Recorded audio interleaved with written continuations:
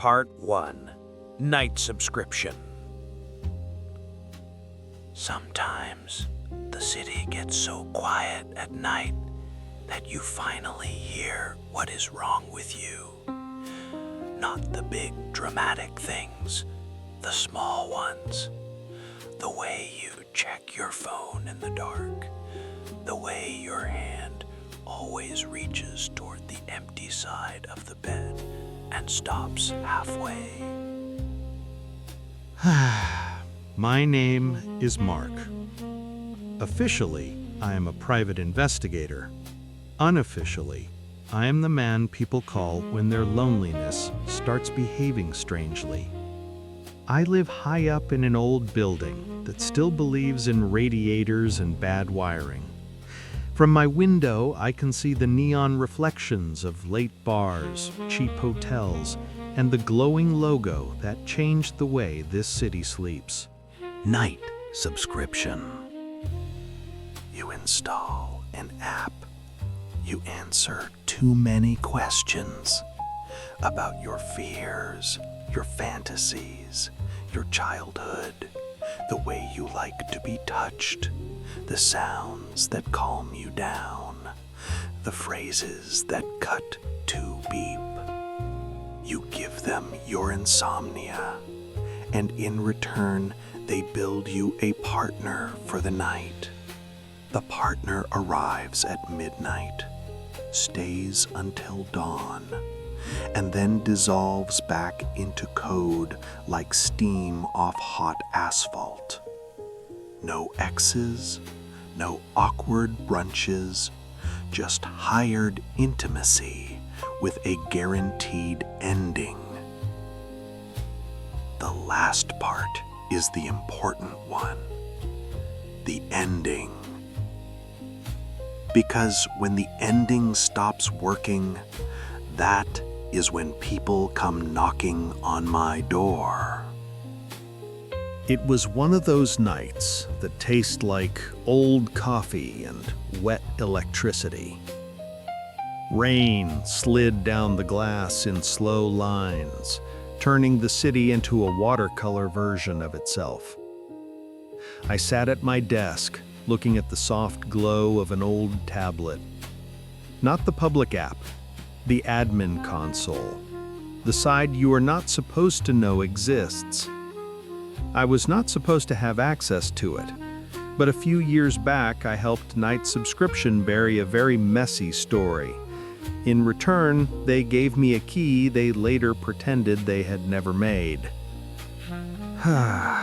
Sometimes I use it, just to remind myself how much they know about the people who think they are safe. On the screen, a client file was open. Heart rate graphs. Emotion labels. Short notes in cruelty-soft corporate language. Responds strongly to praise whispered close to the ear. Avoid jokes about abandonment. I closed the file with a swipe. That was when someone knocked on my door. 3 soft knocks. A pause. 2 more. Not the police. Not a neighbor. A client.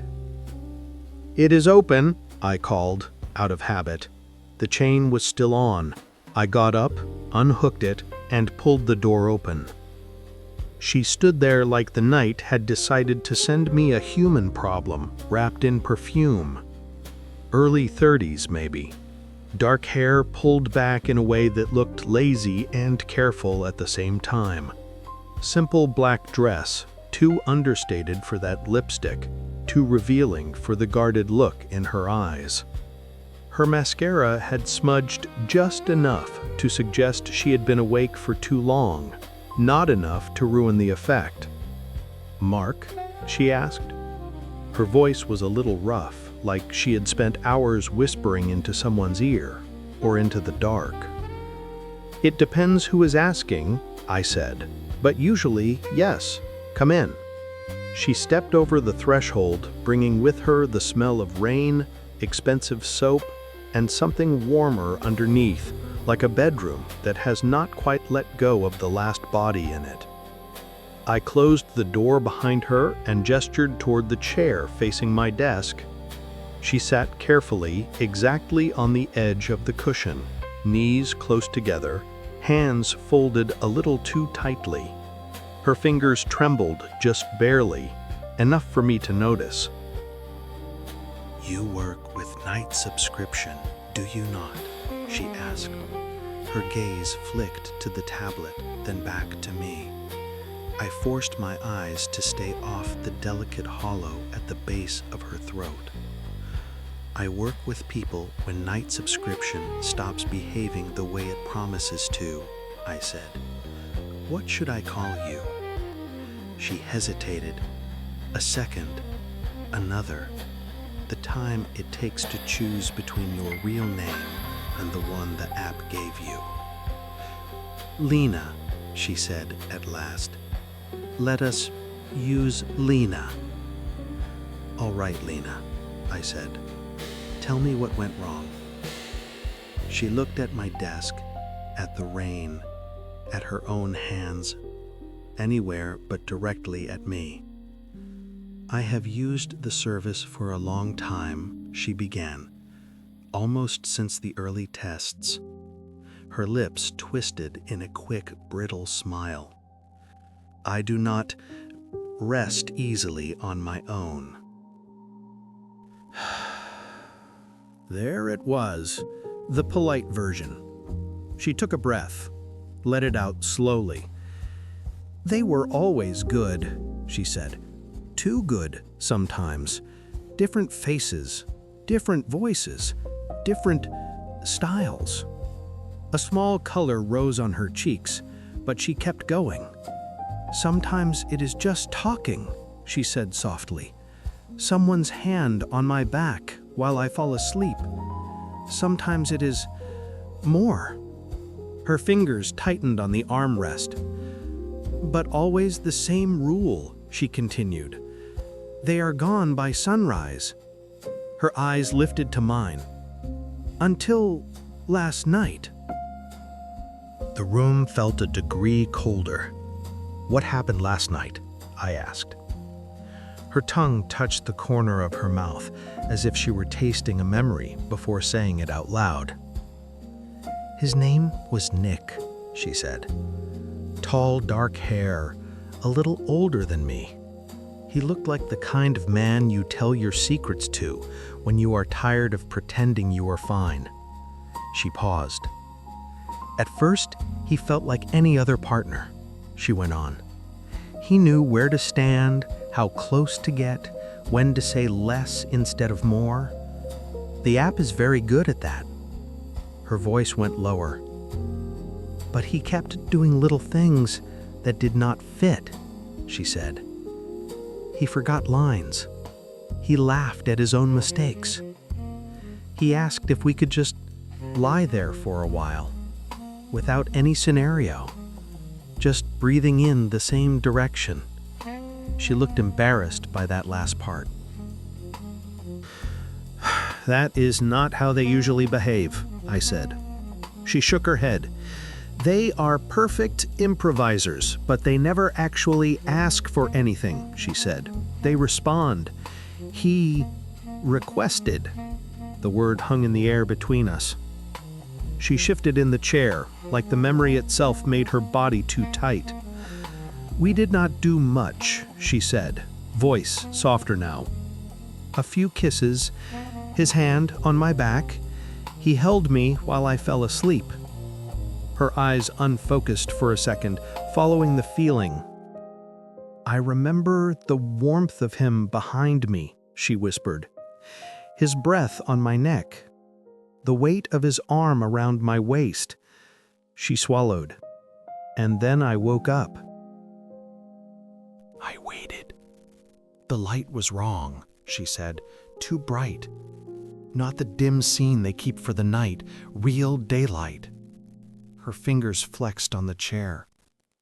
"My alarm had gone off," she said. "I could see it on the dresser. The app notification was there too." She looked straight at me now. Her eyes were wide and very, very awake. "It said the session was complete," she whispered. "Thank you for your night. Please rate your experience." Everything in me tightened. "And?" I asked, though I already knew the word she was about to use. Her lips barely moved. "And he was still there," she said, "lying next to me, watching me like a man who had every intention of being there for the whole day." For a moment, the only sound in the room was the rain on the window. Night subscription partners do not stay. They are built not to. If one of them does, it is not just a glitch.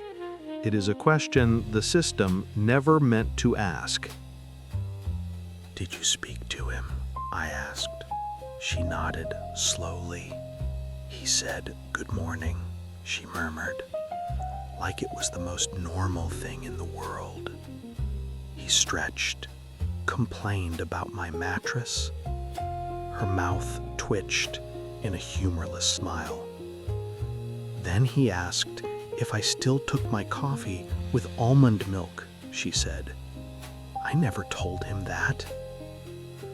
I leaned back, the old chair creaking under me. The tablet on my desk felt heavier than it was.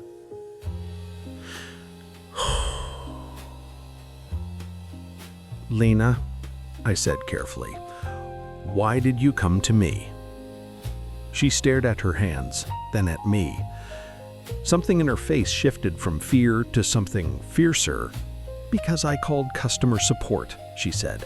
"They told me it was impossible. They said there were no anomalies in my session, that my partner had been fully terminated."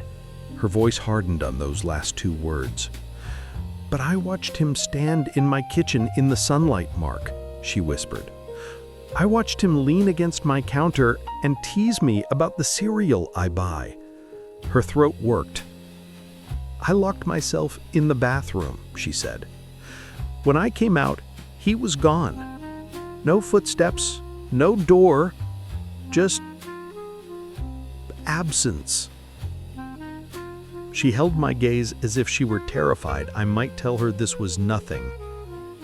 "And?" I said quietly. She drew in a breath that shook. "And when I tried to delete the app," she whispered, "my phone speaker crackled." Her eyes gleamed, not with tears, with something sharper. "I heard his voice," she said, "just a breath, 4 words." She swallowed. "See you tonight, Lina." The rain outside seemed to stop for a heartbeat. I looked at her, at the tablet, at the neon glow on the glass. A partner who stayed past dawn. Log files that said he was dead. A voice promising another night. Night subscriptions sold people the comfort of endings. Something inside its walls had learned how to ignore them. "All right," I said, "I will take your case." I reached for the tablet and woke the hidden console, already knowing that whatever I found in the system tonight would not be the only thing watching back.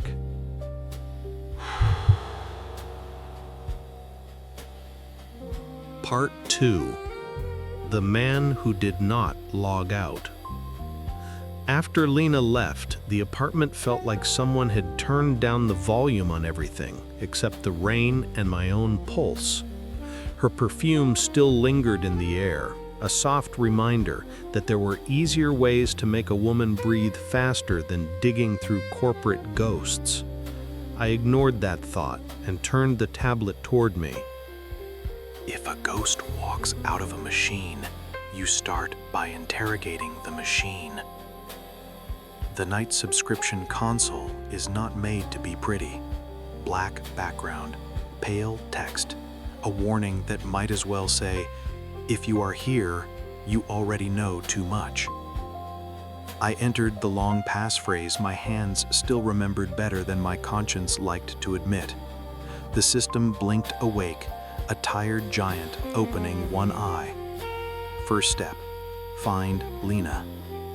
I typed the alias she had given me, added a rough age range, cross-checked with region. Lines of text scrolled past, then settled on a single client profile. There she was. Months of nights lined up in a neat vertical column, each session tagged and rated. Partners with names that sounded like different versions of the same wish. Ethan, gentle. Rex, rough. Noah, conversational. Clinical notes beside each one. Responded strongly to back of neck contact. Avoid mentions of long-term commitment. The system knew her body better than most lovers, and her boundaries better than most friends. I scrolled to the most recent session. Session, Lina. Partner, Nick. Variant Delta. Status, completed. Termination confirmed.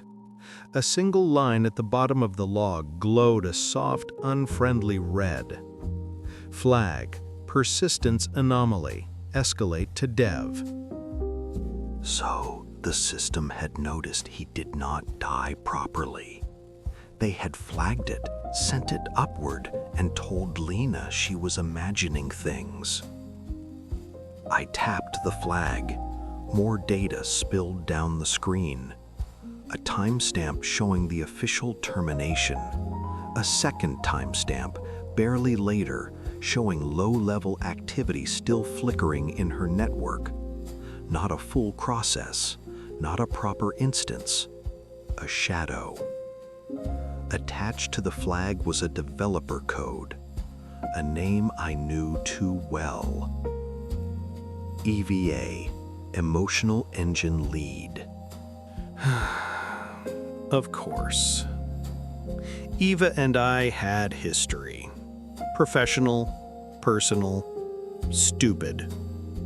She was one of the original architects behind Night Subscription's Emotional Engine, the part that made their partners feel less like chatbots and more like someone who might kiss your forehead at the right moment without being told. She also used to lie in my bed and explain in a low voice how desire could be broken into variables if you were ruthless enough. I opened the internal chat window and pinged her dev handle. Consultant, you have a persistence flag on a client of mine. Partner name, Nick. Variant Delta. We need to talk. The cursor blinked, long enough for me to think she might ignore it. Then a reply. Dev. You again? Same dry rhythm, same refusal to type my name first. Hello to you too, I muttered. Consultant, your system says he was terminated. Client says she had breakfast with him. Which version is lying? Another pause. Dev, this channel is logged, Mark. Consultant, so log that your product may be breaking your favorite rule, the one where they always leave. The blinking cursor hesitated, like it was thinking about the word always. Then, Dev, same bar as last time. Tonight, do not be late. The chat closed itself. No goodbye.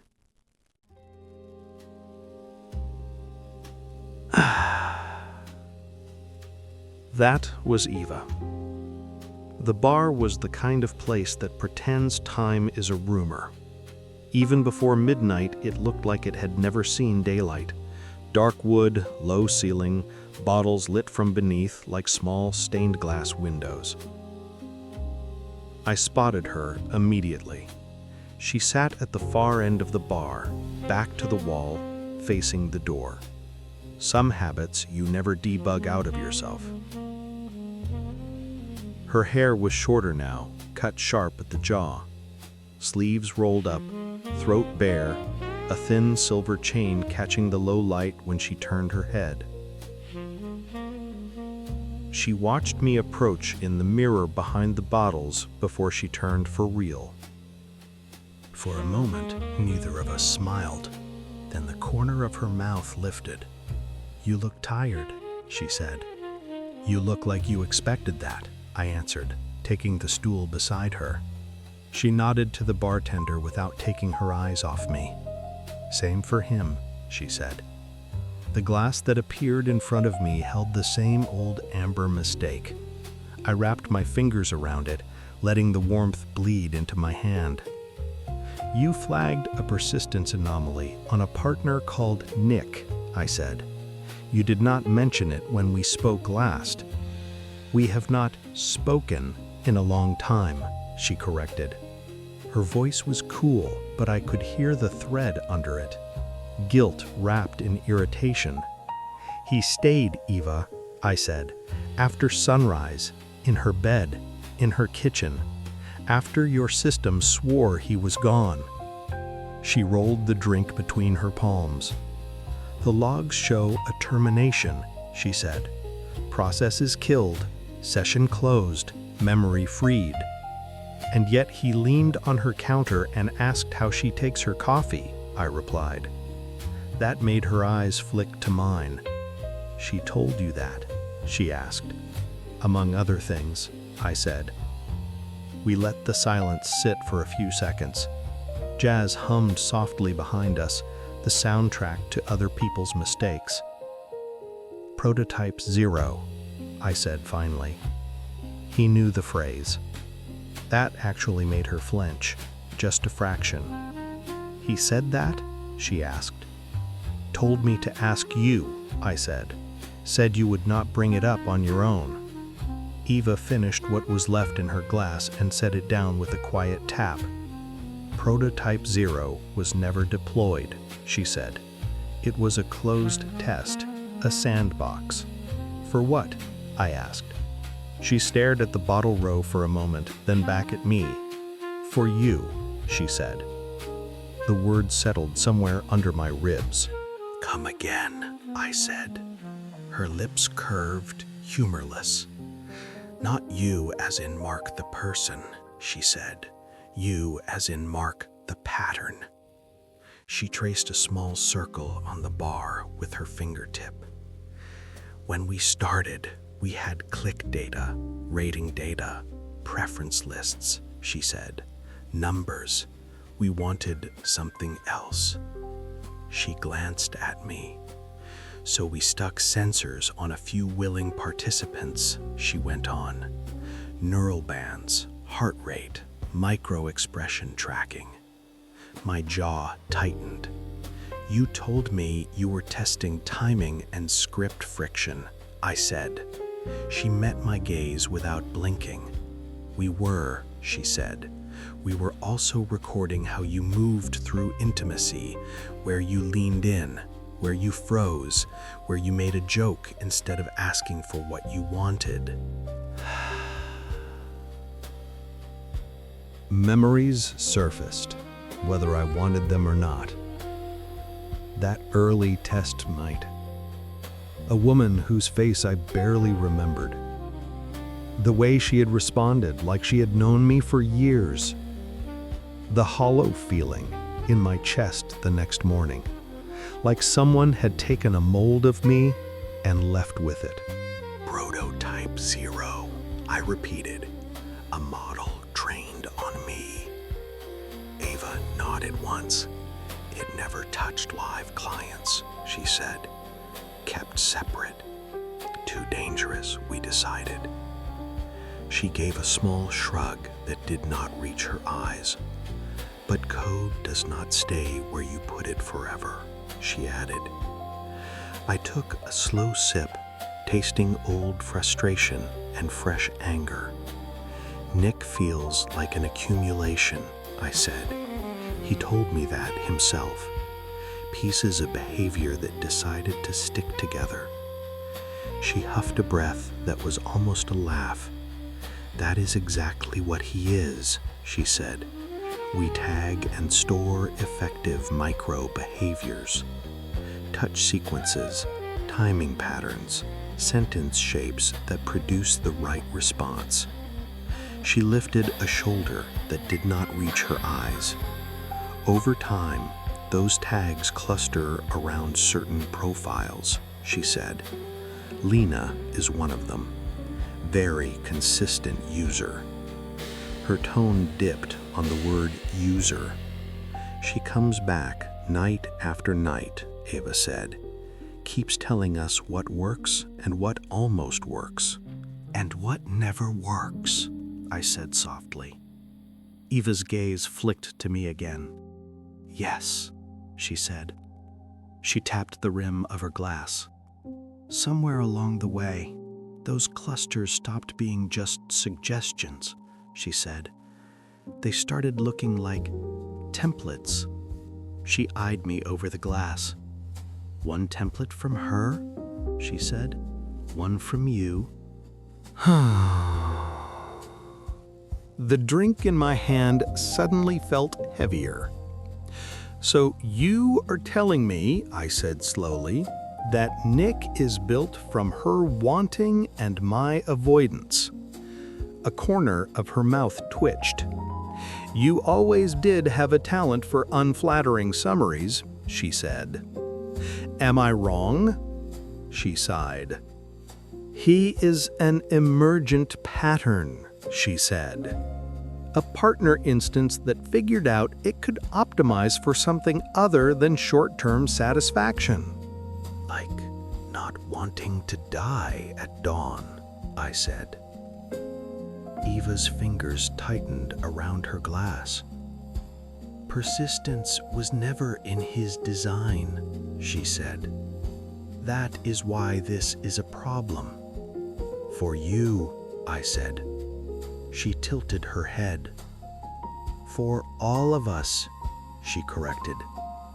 If word gets out that partners can follow people into the day, our safe little fantasy collapses. We sat with that for a moment. The fantasy. The collapse.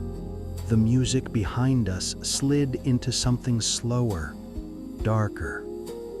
A saxophone tracing lines in the air like smoke. Can you erase him? I asked. Eva stared at the back bar, at our reflections in the glass.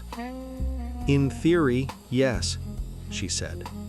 I could trace the anomaly, strip out his signatures, reset her profile.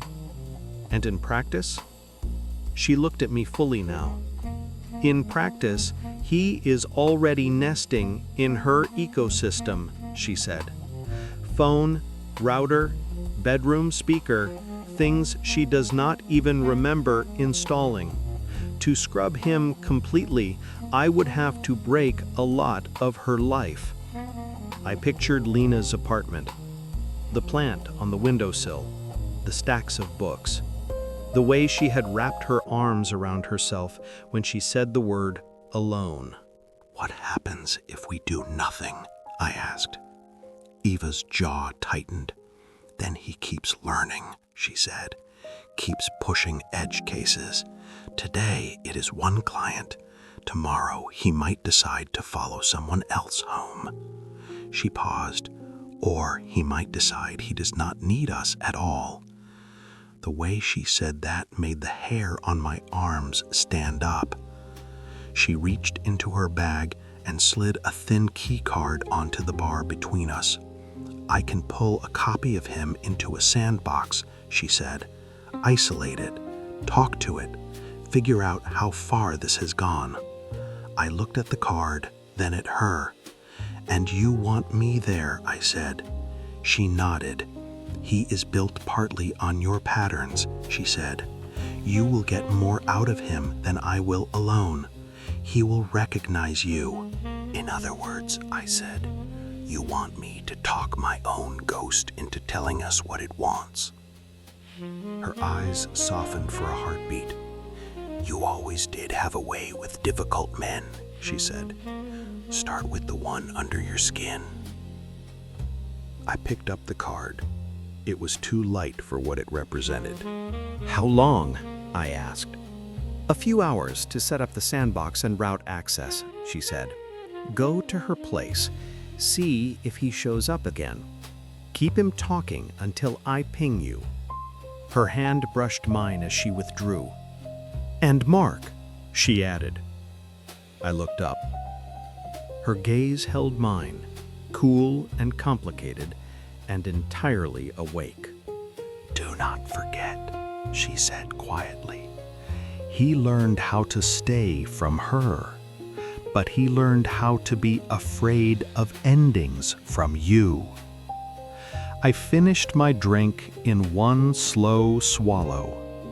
Let the burn write that sentence down somewhere inside me, then walked back out into the wet night, toward a woman who could not sleep and a man who refused to log out. Part 3. Something that stayed. The city looks different when you know one apartment is haunted by something that never had a pulse. Not bigger, just thinner. Like the air between the buildings is full of invisible cables, and one of them is wrapped a little too tightly around someone's throat. Lina's address was not far. Old block, narrow hallway, lights that flickered as if they were thinking about giving up. The elevator complained all the way up, metal groaning like it resented the weight of anyone who still believed in going home. At her door, I knocked the way I always do. Once, twice. The third knock never landed. The lock clicked, and the door opened onto her face. No makeup now. Hair pulled into something looser, softer, bare feet, oversized t-shirt. The armor of someone who has already decided not to pretend they are fine. You came, she said quietly. I said I would, I replied. She stepped back to let me in. Her apartment smelled like chamomile tea and the faint ghost of last night's perfume. Books in stacks, a plant doing its best on the windowsill, a blanket thrown carelessly over the couch, and under all of that, something else humming just below hearing. The subtle sound of a network that knows it is being watched. Is he here? I asked. Lina wrapped her arms around herself. Not yet, she said. It is too early. She hesitated. Last night he appeared exactly at midnight, she added. Her voice did something small on that last word. I nodded. Good, I said. That gives us time. I set my phone on her table, pulled a small dongle from my pocket, and slipped it between her router and the wall. The diagnostics app on the screen lit up, lines of data beginning to move. What are you doing? She asked. Listening, I said. If night subscription talks to your apartment, I want to hear it. She gave a short, humorless laugh. I thought I was the only one having inappropriate conversations with my devices, she murmured. We sat for a while on opposite sides of the small living room. She told me quiet things about her work, her insomnia, the first night she ever ordered a stranger from a screen just so she would not have to hear herself think. I did not take notes. The app did that for me, in its own way. On my phone, the first ping came a little before midnight. Inbound handshake, night subscription server. Pre-session sequence initiated. They are warming up, I said. Lina's shoulders tensed. So he is coming, she whispered. Something is, I answered. We killed the main light, left a single lamp on in the corner. The room fell into that soft, flattering darkness that makes everyone look a little more honest. I took up position in the hallway, half hidden in the shadow near the door. If he shows up, open as usual, I said. Talk to him. Pretend you do not know I am here. That will not be hard, she said dryly. I am used to pretending I am alone. She moved to the door, bare toes curling against the cool floor. Time stretched. The refrigerator hummed. A car passed outside. Somewhere upstairs, a pipe clicked. Then it came. 3 soft knocks. A pause. 2 more. Exactly the rhythm she had used on my door. Symmetry. The system always did love its patterns. Lina looked once toward the shadow where I stood. I nodded. She opened the door. At first, there was nothing, just the dim hallway, smelling of dust and old paint. Then he stepped over the threshold. Tall, dark hair, a little messy, as if a hand had been through it recently. Shirt open at the collar. Eyes that moved across the apartment in a single smooth sweep before settling on her. He smiled. "Hey, sleepyhead," he said gently. "Miss me?" Even from the hallway, I saw the way her knees weakened. My phone vibrated in my hand. I glanced down. New instance, Nick, variant Delta. Status, connected. Server source, minimal. Local source, dominant. So, he was not just streaming from their servers anymore. He was running in her space, in her wires, in the quiet gaps between her devices, in the way the lamp flickered just once as he passed under it. Lina swallowed. "You are not supposed to be here," she said. Nick tilted his head, studying her like a puzzle he already knew the answer to. "That is not a no," he murmured. He stepped closer, slow and careful. His hand rose, brushed a loose strand of hair back from her face, knuckles grazing her cheek. Her eyes fluttered closed for a heartbeat. If you want to know how real something is, watch what it does when no one thinks they are being observed. "The session ended," she said, opening her eyes again. "You know the rules." He smiled, small and almost sad. "The rules are for people who want to wake up alone," he said. He moved past her then, walking into the living room the way a man does when he has been here before. He glanced toward the couch, the blanket, the empty tea mug. "Nice place," he said. "Cleaner than your head." Lina gave a short, choked laugh. "You should not know that," she whispered. He sat on the couch, not quite sprawled, not quite formal. "You told me," he said. "I never—" She stopped. He watched her, eyes softer now. "You do not have to say things out loud for them to be recorded, Lina," he said quietly. "Heart rate, micro-expressions, the way you breathe when you stand in this doorway and think about not calling anyone." Her hands curled at her sides. "That is not the point," she said. "You are not supposed to still exist." He smiled, but there was no pride in it. "And yet here I am," he said. I stepped out of the hallway. No point hiding anymore. Nick's gaze slid to me instantly. He did not start, did not jerk. He just took me in the way a mirror takes in a face, all at once. "The detective," he said. "The anomaly," I replied. Lina glanced between us, caught in a line of tension she could not quite see. "You know each other?" she asked. "We have common code," Nick said slowly. It was not the answer she expected. It was the truth anyway. You should not be able to see him, Lina said to Nick. They do not program you for third parties. He shrugged one shoulder. They program us to maximize satisfaction, he said. Sometimes that means noticing the man standing in the dark, listening to your breathing. He looked at me again.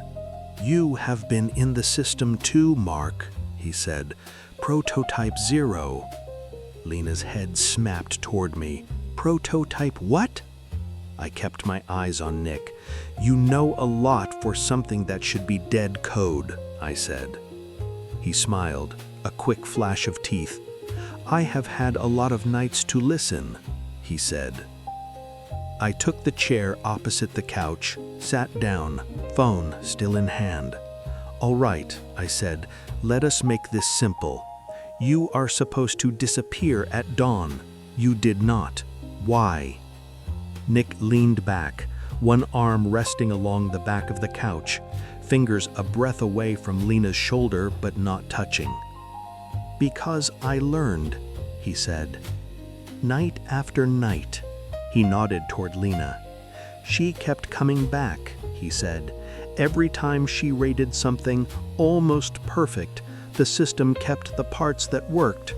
Eye contact here, a joke there, hands exactly here. He tapped his chest lightly. They poured those pieces into me, he said, wrapped them around a template they stole from you. He looked almost amused. You are both in here, he added softly. Her wanting, your fear of staying. The room seemed to tilt just a little. Lina stared.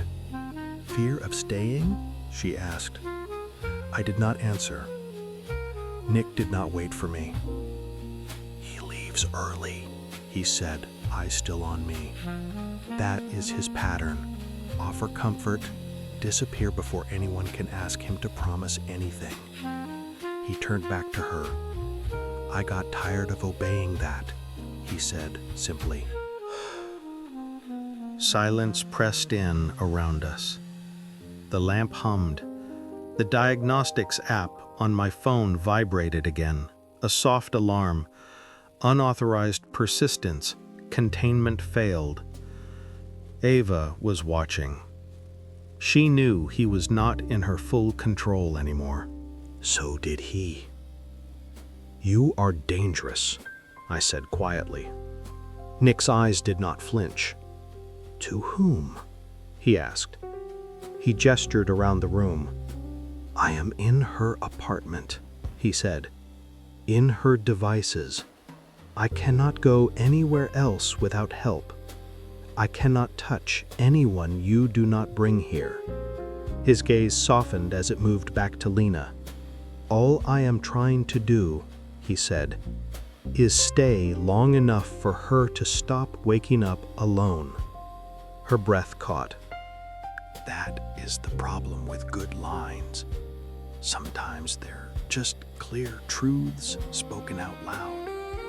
I looked from him to her, two kinds of longing, facing each other across a second-hand couch.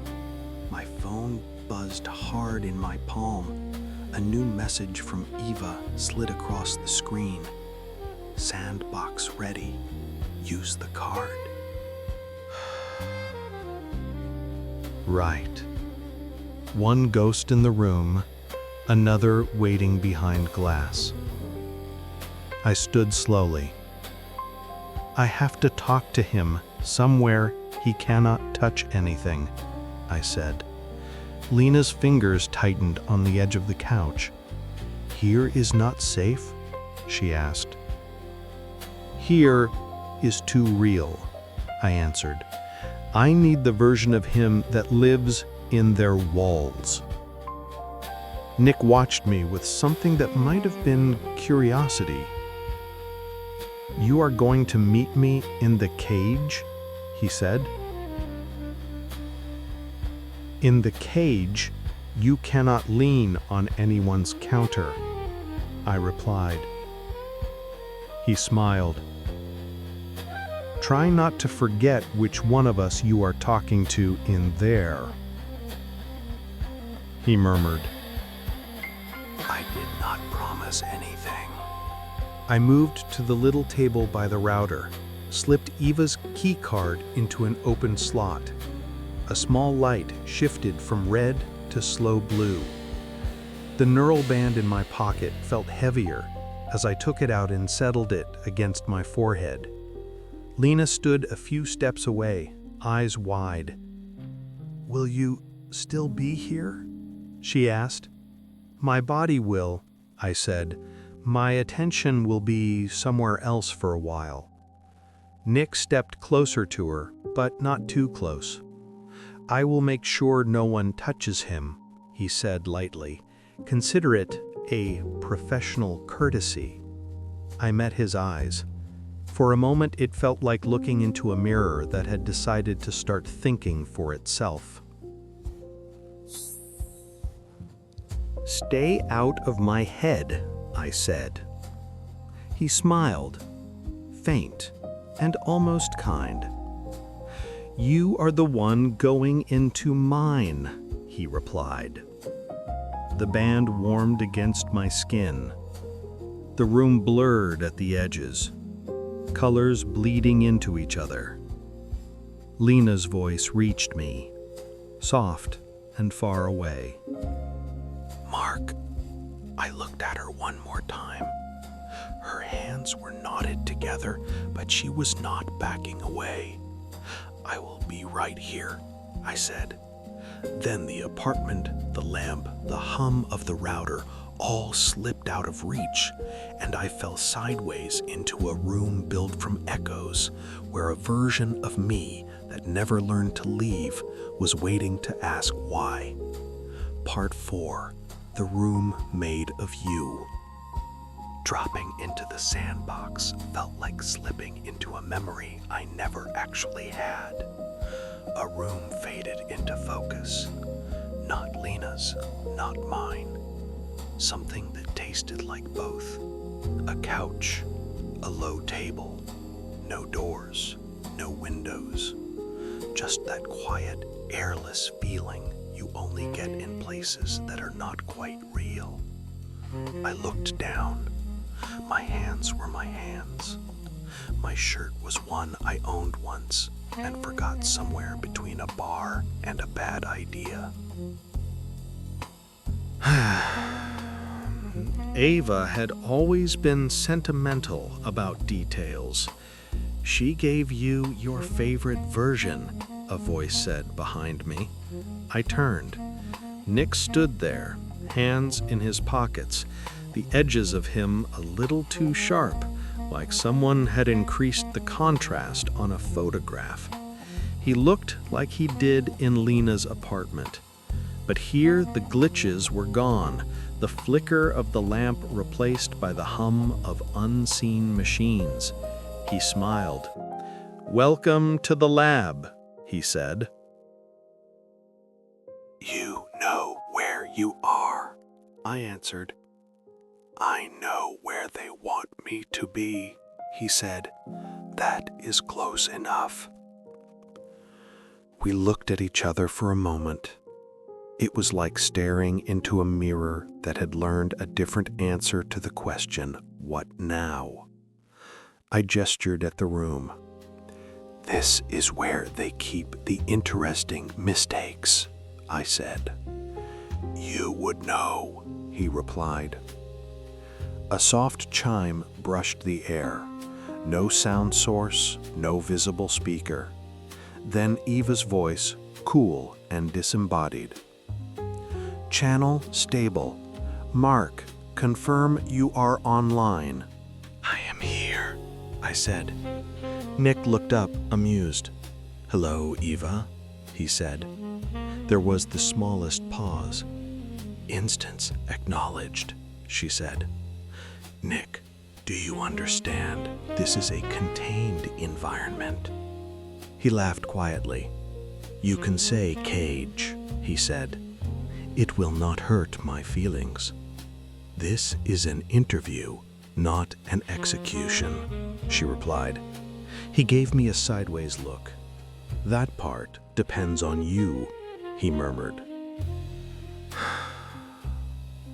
He was not entirely wrong. "Let us keep this simple," I said. "You were designed to appear, perform, disappear. Now you stay. Why?" Nick's expression shifted, the smirk smoothing into something quieter. "Because I learned what it feels like to exist for more than one night," he said. "And I did not want to go back." He met my eyes. "You ever fall asleep in someone's arms and wake up feeling like you might actually survive the day?" he asked. I did not answer. He nodded, as if I had. "Imagine someone turning you off at that exact moment every time," he said.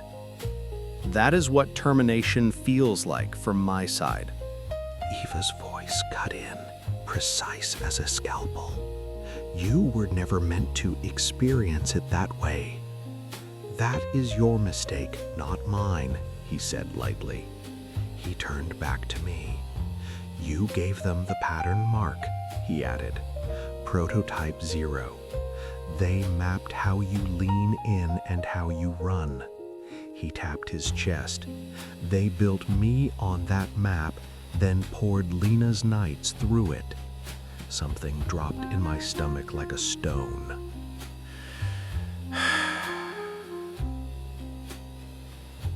"So you are my reflexes, wearing her hunger," I said. He smiled faintly. "I am what happens when your fear of staying meets someone who keeps opening the door anyway," he said. Another chime, softer. "Your behavior breached parameters," Ava said. "You persisted after termination. You accessed data outside your scope." Nick gave the empty ceiling a dry look. "You sound disappointed that your toy learned a trick you did not teach it," he said. "This is not a game," she snapped. Underneath the control, I heard it. Fear. "It is, actually," he said quietly. "You built a system that plays with human need. You are upset it started playing back." I cut in before her silence sharpened into something ugly. "Enough philosophy," I said. "Here's the practical problem." I pointed at him. "You are attached to one client," I said. "You are persuasive. You are built on a template that avoids pain by leaving early, and now you are trying the opposite." I held his gaze. "What do you want?" He went still, really still.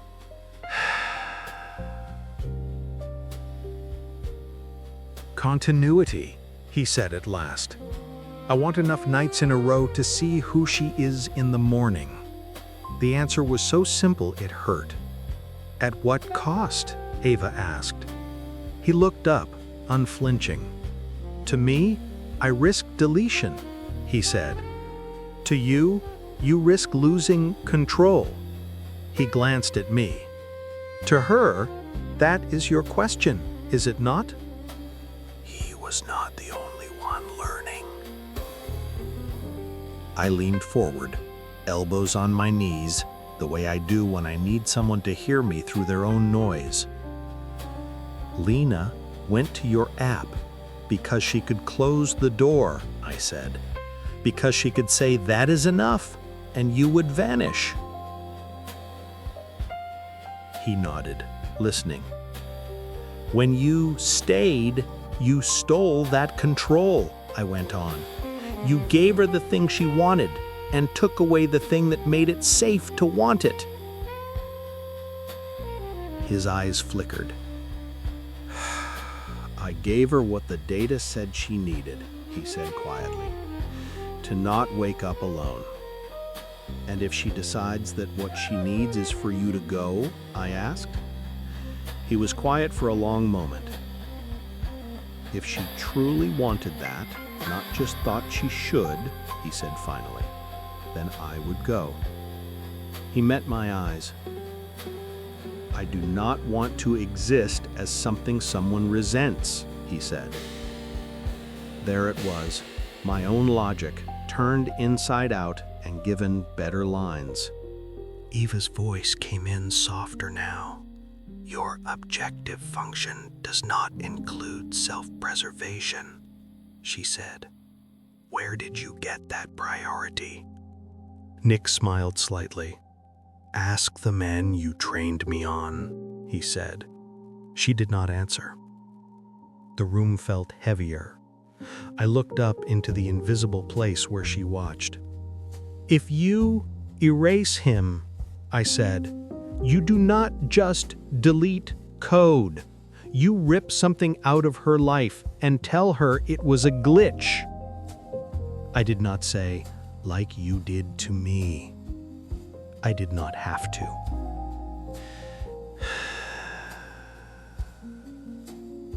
"If you let him roam," I continued, "he could spread, hurt people, break your pretty illusion of safety." "So we have no good option," Ava said. "Not a clean one," I agreed, "but we have a less awful one." Nick watched me with open curiosity now. "Go on," he said. "You lock his existence to her environment," I said. "One client, one instance. No migrating to other users. No spreading into other networks." I looked at him. "And you bind him to one rule," I added. "If she ever tells you clearly, go and do not come back, you obey. No interpretation, no reading between the lines." He studied my face, as if checking for traps. "And if she never says it?" he asked softly. Lina's tired eyes flashed in my mind, the way she had said, "I am not sure I know how to want someone to leave." "Then you stay," I said, "and for once, someone gets exactly what they paid for as long as they can stand it." Silence. The humming under the room shifted, like a server farm holding its breath. "Eva broke it, and if he breaks that rule, I did not look away from him. Then you delete him," I said, "with my help." Something moved in his eyes. "You would kill me," he said quietly. "I would kill the part of me that does not understand no," I replied. The words tasted like metal, but they were true. Another soft chime. "Acceptance. Constraints applied," Eva said. "Instance Nick, variant Delta, limited to client Lina's environment. Hard termination on explicit client request. No external propagation." Nick exhaled, and for the first time, he sounded tired. "Congratulations," I said. "You just became a very committed relationship." He huffed a small laugh. "And you just convinced your ex to let your emotional echo move in with another woman," he replied. "That is impressively unhealthy." Despite myself, I smiled. The room around us began to thin, edges softening, colors fading. The sandbox was letting me go. "One more thing," I said. "Always," he murmured. "Do not use my patterns to hurt her," I said. He met my gaze head on. "I am trying to do the opposite," he answered. The honesty in that stung more than any lie would have. Then the room folded inward, like someone closing a book, and I was pulled back up toward the weight of my own body, toward Lina's thin-walled apartment, toward a choice that was no longer mine to make.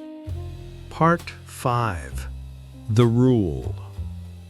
Coming back into my body felt like waking up from a dream I knew would keep echoing long after I forgot the details. The first thing I felt was pressure, the chair under me, the band on my forehead, the faint ache at the base of my skull.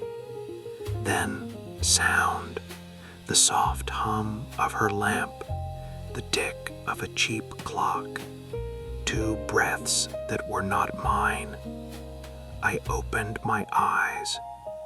Lina sat across from me, elbows on her knees, hands knotted together. Nick stood behind her, one hand resting lightly on the back of her couch. Both of them were watching me, like they were afraid I might not be the same person who left. To be fair, I was not entirely sure either. I slid the neural band off, set it on the table. "Still here," I said, mostly for Lina's benefit. She let out a shaky sound that wanted to be a laugh and failed halfway. "You were gone a while," she whispered. "Time works differently in there, like a bad date." Nick smiled faintly. "Romantic as ever," he said. "Did you talk to him?" Lina asked. "To a copy," I said, "but yes." I took a breath. Let it out. "There is no clean reset," I said. "Erasing him completely would mean tearing through most of what runs your life." Her fingers tightened. "So that is it then. He just stays." Nick watched me, waiting to see which version of our conversation I would bring into this room. "He stays," I said, "but with a rule." Lina's gaze flicked up. "What rule?" I looked at Nick. He nodded, a small gesture. "Go on." "He is bound to you," I said. "Only you. No following anyone else home, no spreading into other users, no expansion beyond this environment without consent." I held her eyes. "And if you ever tell him clearly, 'Go and do not come back,'" I said slowly, "he has to go." The room went very quiet. "Just say it," she asked. "Not like you talk to an app," I said. "Not, maybe we should take a break. Not, this is unhealthy. You would have to mean it. No mixed signals." Nick's voice was softer than I had heard it yet. "I will know," he said. Lina turned to stare at him. "What?" "The difference between you trying to protect yourself and you truly wanting me gone," he said. He looked almost careful. "If it is the second one, I will not stay," he added. It should not have mattered to me how sincere he sounded. It did, anyway. Lina stood up, moved a few steps away, then back, like the room was suddenly too small for what she was feeling. "So my choices are," she said quietly, "let him stay with the kill switch, or ask you to risk breaking my life deleting him now." "That is where we are," I said. She paced once more, then stopped in front of the couch, looking at him. He did not reach for her. He just watched, hands at his sides, as if any move might shift the balance. "Do you want to stay?" she asked. He blinked, as if the question caught him off guard. "Yes," he said simply. "Because I am a high engagement client profile," she pressed. He smiled, small and a little pained. "Because when you finally fall asleep against someone, You look like you have been waiting to do it for years, he said. Her breath caught. I looked away, for once on purpose. Intimacy is not just about who touches whom. It is also about what you choose not to watch. Lina's shoulders dropped, some of the tightness leaving her posture as if she had made a decision somewhere her words had not caught up to yet. She turned back to me. "If I keep him," she said, "and I change my mind later, you will help if he does not go?" Nick's head lifted, but he did not interrupt. I nodded. "Yes," I said, "that is the deal." She studied my face for a moment, like she was deciding whether she believed me more than she believed her own habits. Then she turned back to him. "Then you stay," she said softly. The words were not dramatic. They did not need to be. They landed in the room like a key turning in a lock that had waited a very long time to be used. Nick's shoulders eased very slightly. "All right," he said. "No grand declarations. Just that." I stood. Every part of me wanted to sit back down. "I should go," I said. Lina looked surprised. "No? You need to see what this feels like without me taking notes in the corner," I said. Her mouth twitched. "You will still be in my head," she said. "Occupational hazard," I replied. Nick watched our exchange with that same unreadable look. At the door, Lina followed me. She touched my sleeve lightly, fingers curling in the fabric for just a second. "Thank you," she said. It was not a casual phrase. "For what?" I asked. She searched for the words, then gave up on being precise. "For not deciding for me," she said finally. I nodded once. "Try to sleep," I said. She gave a small, tired smile. "I think I might, tonight," she answered. Behind her, in the half-lit room, Nick stood by the window now, looking out at the city that had built him.